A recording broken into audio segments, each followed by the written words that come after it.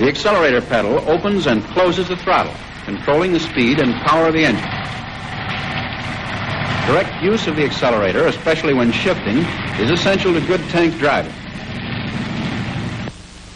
To move the tank forward, the clutch pedal is depressed, and the gear shift lever moved to the first or second gear.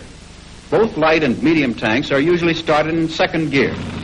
The engine is speeded up to about 1400 RPM. The clutch is gradually released.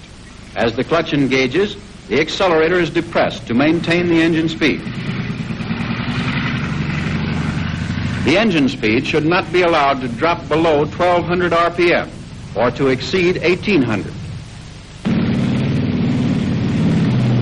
As the tank gains momentum, the driver shifts from second speed to third by depressing the clutch pedal. He moves the gear shift lever to neutral, then to third, and engages the clutch.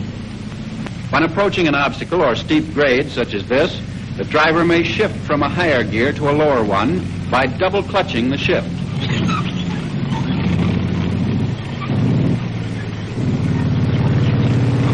Here the driver demonstrates double clutching in simulated slow motion.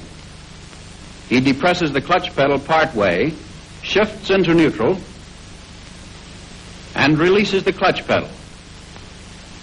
The engine is then accelerated to increase the speed of the drive shaft so that the speeds of the engaging gears will be approximately the same. The clutch is disengaged again, and the shift is quickly made to the lower gear.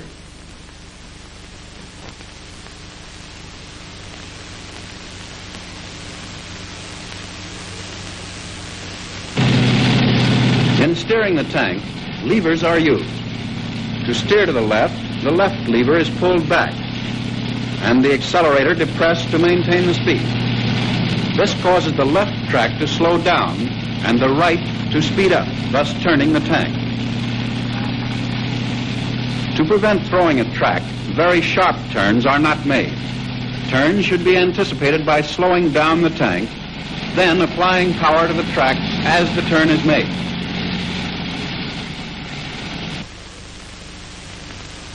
The driving of the tank is directed by the tank commander. When outside the tank, he directs by arm and hand signals. To have the engine started, the tank commander simulates cranking an engine. After the engine has warmed up, the tank commander tells the driver to use first or low gear by holding up one finger, and gives the signal to move forward.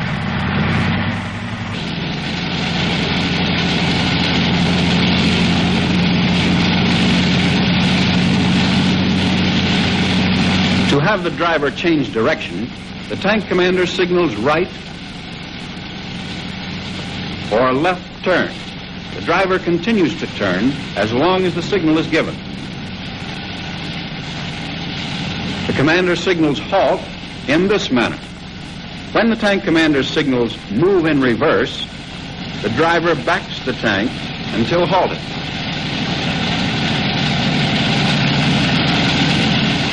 The commander crosses his arms in front of his head to have the engine cut off.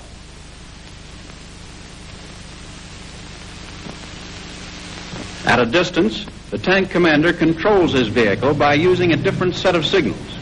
To signal move forward, the commander lowers his arm in the desired direction of movement. When he wants the tank to change direction, he swings his extended arm across his body and points in the new direction. To stop the tank, the usual signal for halt is given.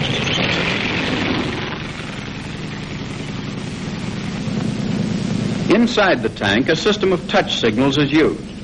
To move forward, the commander taps on the driver's back between the shoulder blades.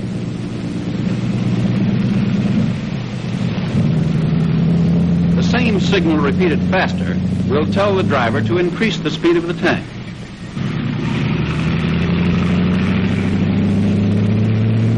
Pushing on the driver's left shoulder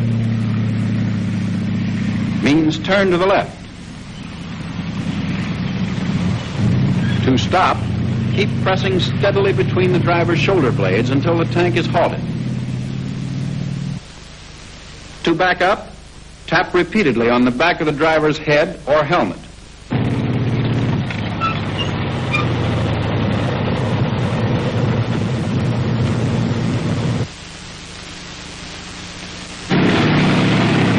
stop the tank, the clutch pedal is depressed and both steering levers are pulled back. Sudden stop should be avoided.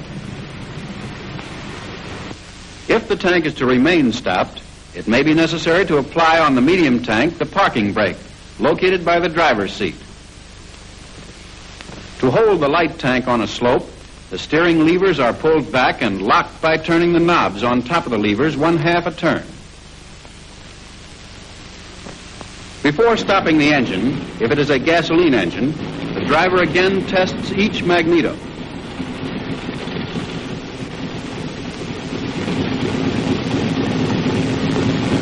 Then, whether it is a diesel or gasoline engine, he idles it at a slow speed of about 400 revolutions per minute.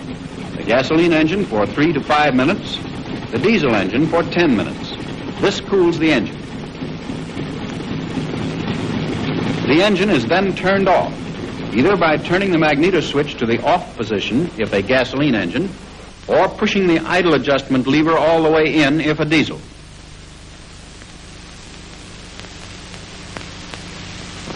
Then the battery switch is opened and the gasoline valve closed if the engine is not to be run for a time. To prevent airlocks, diesel fuel valves are left open. Aside from routine inspection, there are also duties of first echelon maintenance. In this, the crew keeps the tank in good running condition under the supervision of the tank commander. This includes tightening nuts and bolts, cleaning the machinery,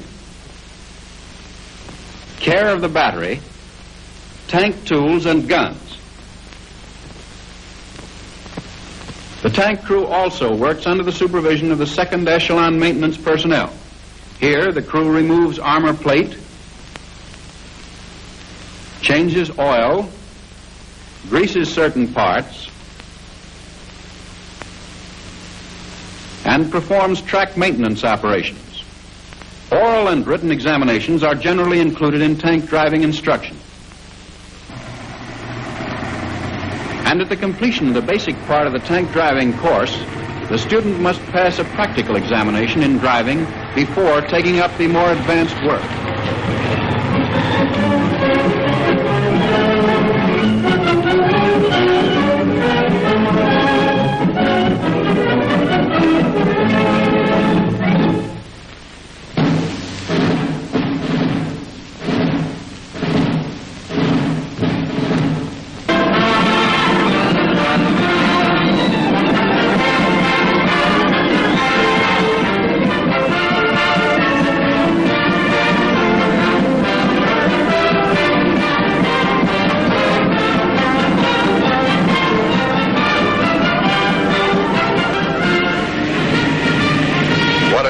Day for a ride. Looks like those guys are having the time of their life whizzing over old terra firma.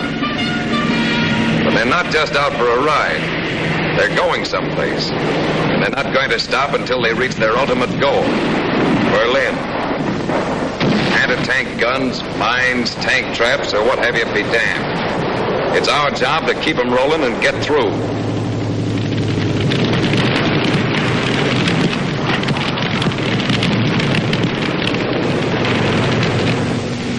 The enemy isn't the only obstacle we're going to meet. There are many natural obstacles, too. There is mud, sand,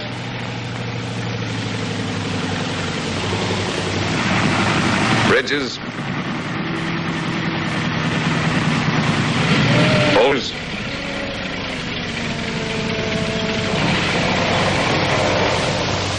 and ditches. Any one of these can cause us plenty of trouble. First, let's consider why a tank gets stuck. The track of a tank does not move. The track is placed on the ground and the tank rolls over it. Notice the white track block. It remains at one spot after it hits the ground and does not move until it is picked up by the idler.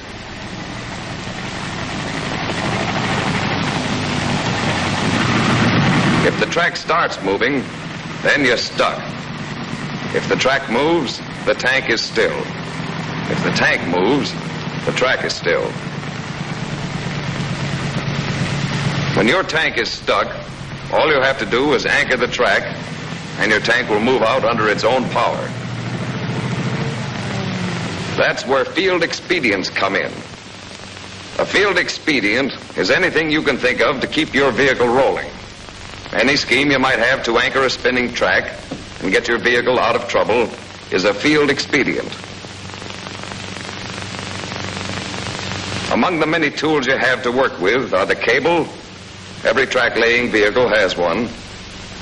A chain, which is part of the track jack. Grousers. There is one for every 8 track blocks. Pioneer set, consisting of shovel, axe, and pick mattock, and general vehicular tools. But the best tool of all is your good old American brain. Most of this stuff is just plain horse sense anyway.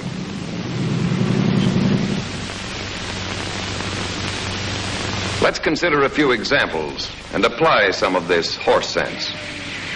First, we have a tank with one track stuck in the mud. Naturally, the crew has to dismount before anything can be done. They fly a yellow flag to show that the tank is out of action. One man is left on the alert at the anti-aircraft machine gun. Then they're ready to go to work. Dig out around the track. Allow yourself sufficient room to work. Fasten your chain around the track just below the driving sprocket. Hook the cable onto the chain.